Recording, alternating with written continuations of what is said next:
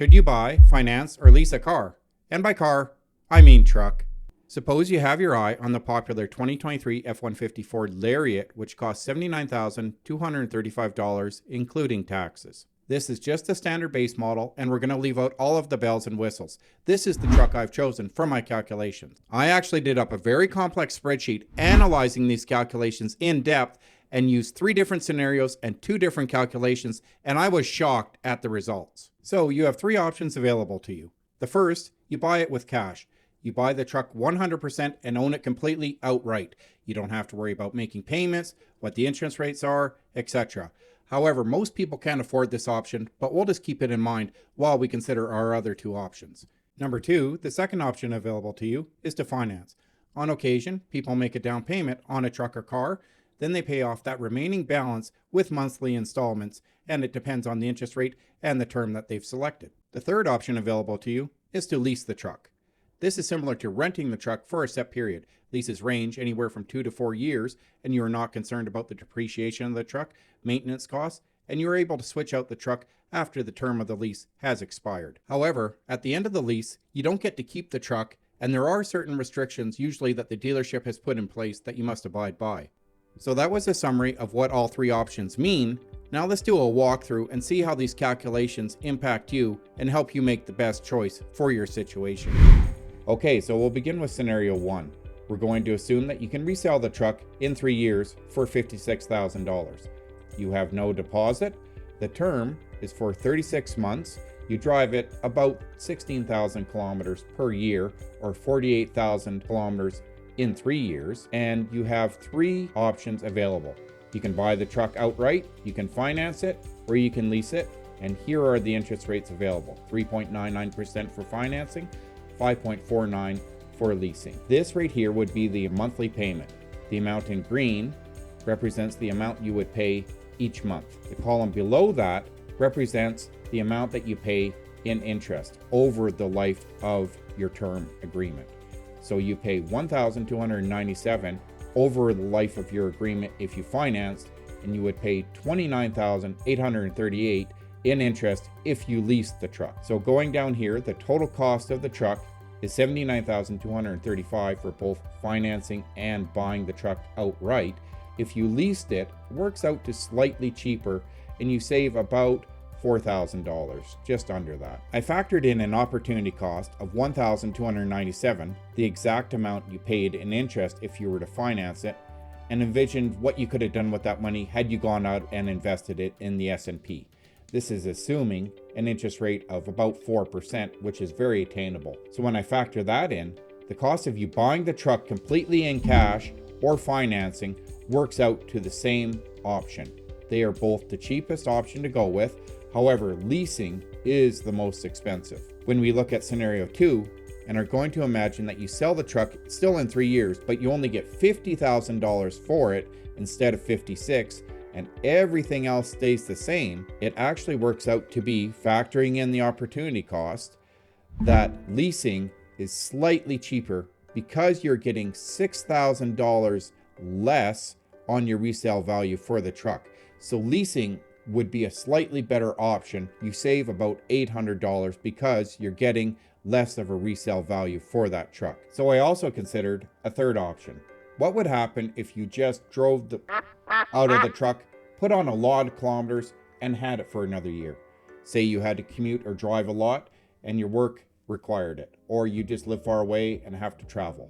How would that affect the calculations? For this third scenario, we're going to imagine that you sell the truck for a lot less than what we did in scenario 1 and 2. You're only going to sell it for $42,000 as opposed to $50,000 or $56,000. Why? Because you're putting on more kilometers every year.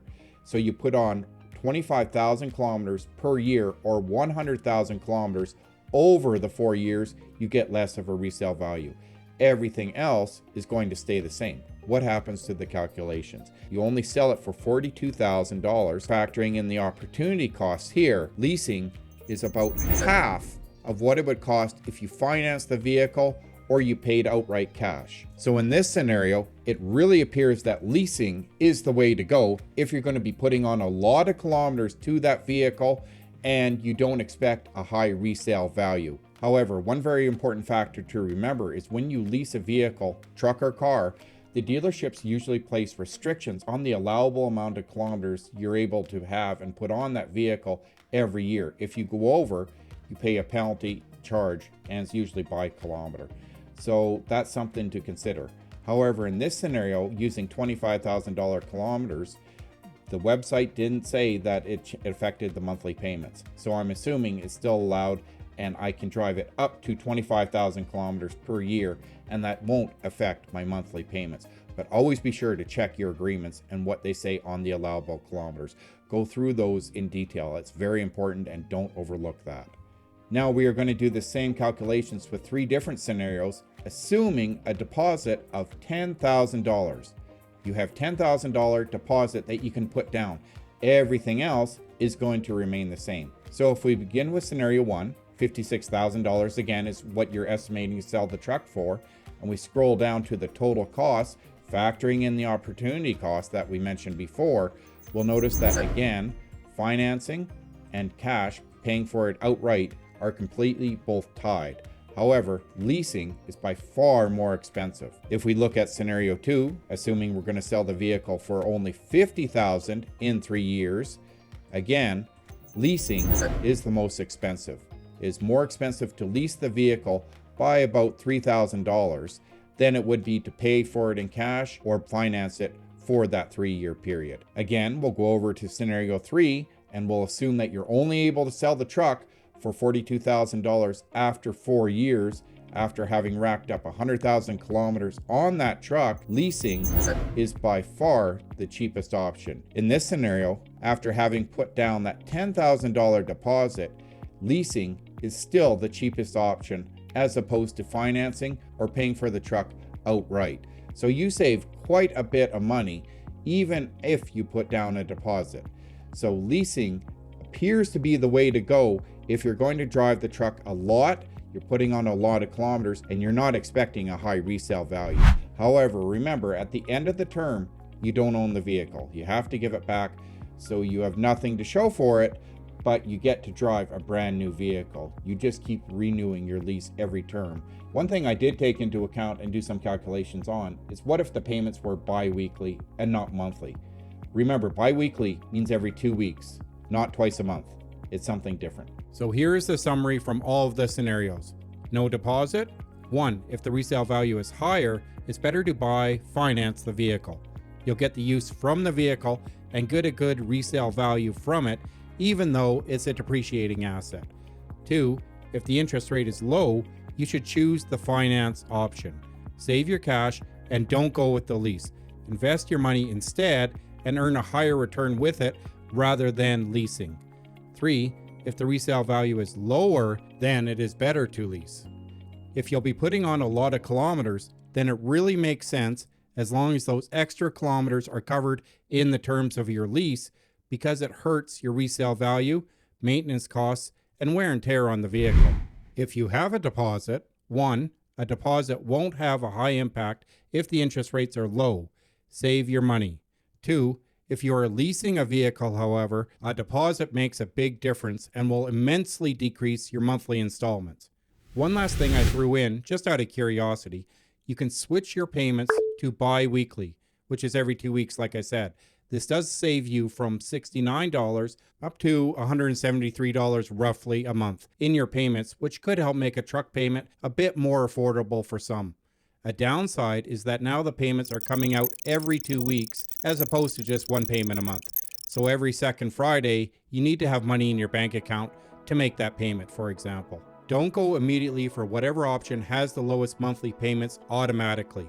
Experts agree that this ends up costing people more in the long run due to the accumulated interest.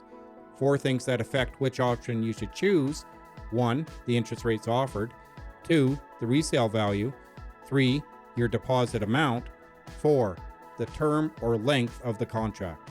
Remember, if you lease, then you don't own the truck, but you get a new vehicle every year and don't have to worry about maintenance costs. With buying or financing, it's difficult to save up for the deposit, which can really help reduce the payments, but isn't completely necessary in the end. You own the vehicle, even if it does depreciate. just be prepared for maintenance costs. Take these other costs into consideration as well when driving any vehicle. The minimum amount you will need will be around $280 a month at the bare minimum. Car insurance, gas, parking, and maintenance. These are about your standard costs. One great tip I have that I learned through personal experience: watch out for dealer markups, the add-ons or upselling of additional products and services if you buy or finance a vehicle. Shop around ahead of time at local, reputable mechanic shops. Ask them what they charge to do rust proofing, undercoating, front-end protection from rock chips, fabric protection, and rack and side rail installations. Many of these you can do yourself or find someone cheaper to do it for you. Dealerships overcharge 200 to 300% of these services, upselling you on the convenience. Undercoating your truck alone from a great company, a reputable company, may only cost $100 to $300, but a dealership may charge up to $800 or more for it. Here's a list of the brands with the most inventory, allowing for some wiggle room in the price, and brands with the lowest inventory you'll pay around sticker or even above sticker price.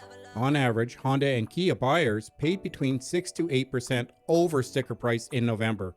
Meanwhile, Buick showed the least price strength, selling 2% or more below MSRP in November. Here's a snapshot of the video key takeaways.